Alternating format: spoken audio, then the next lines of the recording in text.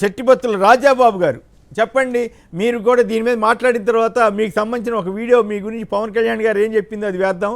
First మీ దీంట్లో ఏమైనా logic ఉందా? ఈనాడు ఆంధ్రజ్యోతి వాళ్ళు రాసే వాటిల్లో అంటే జగన్ గారు ఈ అవినీతి జరిగినా కూడా చంద్రబాబు గారు లోకేష్లో అవినీతి జరిగిందని కదా అభియోగం, ఆయనకి వాళ్ళకి మేలు చేసేటట్టుగా ఆఫీసర్లు తగలబెడతారా? ఇదేమిటి దీంట్లో లాజిక్? నాకు అర్థం కావట్లా.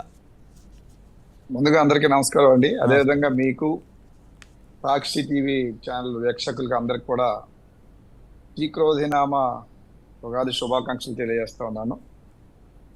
సరే, ఇప్పుడు ప్యానల్లో ఉన్నటువంటి పెద్దలు మాట్లాడారు. ఇది నిజంగా వాళ్ళందరూ చెప్పినట్టుగానే ఏదైతే ఎవిడెన్స్ అనేది ఇప్పుడు ఏ కేసు అయినా దాని కోర్టులో విచారణ జరిగిన తర్వాత శిక్షలు పడడానికి సంబంధించిన ఎవిడెన్స్ చాలా భద్రంగా దాచి వారిని శిక్షించేలాగా ప్రభుత్వ అధికారులు లేకపోతే పోలీసు యంత్రాంగం చేసే క్రమంలో వారికి సంబంధించినటువంటి పేపర్స్ ఏవైతే ఉన్నావో అవి బర్న్ చేశారంటే వాళ్ళకే మేలు అన్నది జగమెరిగిన సత్యం. దాని మీద మనం ఎక్కువసేపు డిబేట్ చేసుకున్నా ఇది నిజంగా వాళ్ళు చెప్పినట్టు ఈ పేపర్స్ అన్ని పబ్లిక్ గా అంటించారు అంటే వాళ్ళకే మేలు కదా. ఇవాళ ఏంటంటే సార్, పత్రికలు పర్టికులర్ గా ఈనాడు కానీ ఆంధ్రజ్యోతి కానీ మేనిఫెస్టేషన్ చేస్తున్నాయి.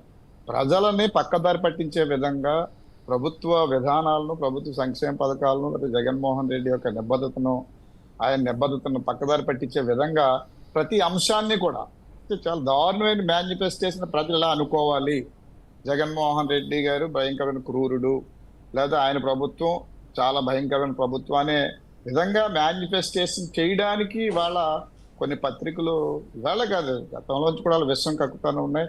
విష సంస్కృతిని వెదజల్లి ప్రజల్లో అపోహలు సృష్టించి తద్వారా రాజకీయ లబ్ధి చంద్రబాబు నాయుడు గారికి పొందేలా చేయాలని చెప్పేసి పత్రికలు చేస్తున్నటువంటి విష ప్రచారం తప్పించి అంతకంటే చాలా స్పష్టంగా తెలుస్తోంది. అందులో అందరూ చెప్పారు.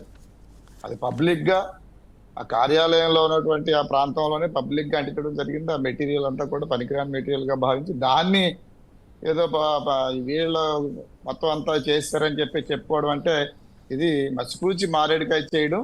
ఖచ్చితంగా వాళ్ళకే మేలు, గవర్నమెంట్ కైనా లోకేష్ కైనా వాళ్ళకే మేలు కాదు. నిజంగా ఎవిడెన్స్ అంటే లేకపోతే సేఫ్ గా బయటకు వస్తారు. కానీ దాన్ని అట్లా మేనిఫెస్టేషన్ చేసి వాళ్ళ ప్రజలను పక్కదారి పట్టించి ప్రభుత్వం ఏదో చేసేస్తుంది, జగన్మోహన్ రెడ్డి గారు ఏదో చేసేస్తున్నారు అనే ఒక భ్రమలో ప్రజలు నెట్టడం ద్వారా అక్రమమైన మార్గంలో అధికారంలోకి రావడానికి ప్రయత్నం చేయడం తప్పించి అంతకంటే లేదని అనుకుంటున్నాను. ఇంకో పిచ్చి వార్త ఏమి రాశారంటే ఆంధ్రజ్యోతి వాళ్ళు, మరి వాళ్ళకి అసలు ఏమి సెన్స్ లేకుండా రాస్తున్నారు. ఒక ఆఫీసర్ని వేరే రాష్ట్రంలో పరిశీలకులు చేస్తే జగన్కి షాక్ అంట. మరి ఏపీకి ఇతర రాష్ట్రాల నుంచి పరిశీలకులు వచ్చారు, వాళ్ళందరికీ అక్కడ ముఖ్యమంత్రికి షాక్ ఇచ్చినట్ట.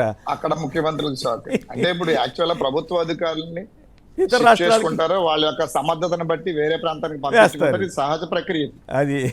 అదే ప్రతి అంశాన్ని ఒక పరిపాలనా ప్రక్రియలో భాగంగా ప్రతి అంశాన్ని కూడా జగన్మోహన్ రెడ్డికి ఆయనకు ఆపాదించి ఏదో జరిగిపోతుంది అన్న ఒక వాతావరణాన్ని సృష్టించాలి. వాళ్ళిద్దరికి అర్థం కాని విషయం ఏంటంటే రామోజీరావుకి రాధరెడ్డి వాళ్ళిద్దరూ నగ్నంగా తిరుగుతున్నారని ప్రజలంతా అసహించుకుంటున్నారన్న సంగతి వాళ్ళకి అర్థం కావట్లేదు. ఏం చేస్తాం? ఇటు పిచ్చి వార్తలు రాసి ఆత్మానందం చెందుతున్నారు, ఆత్మ వంచన చేసుకుంటున్నారు.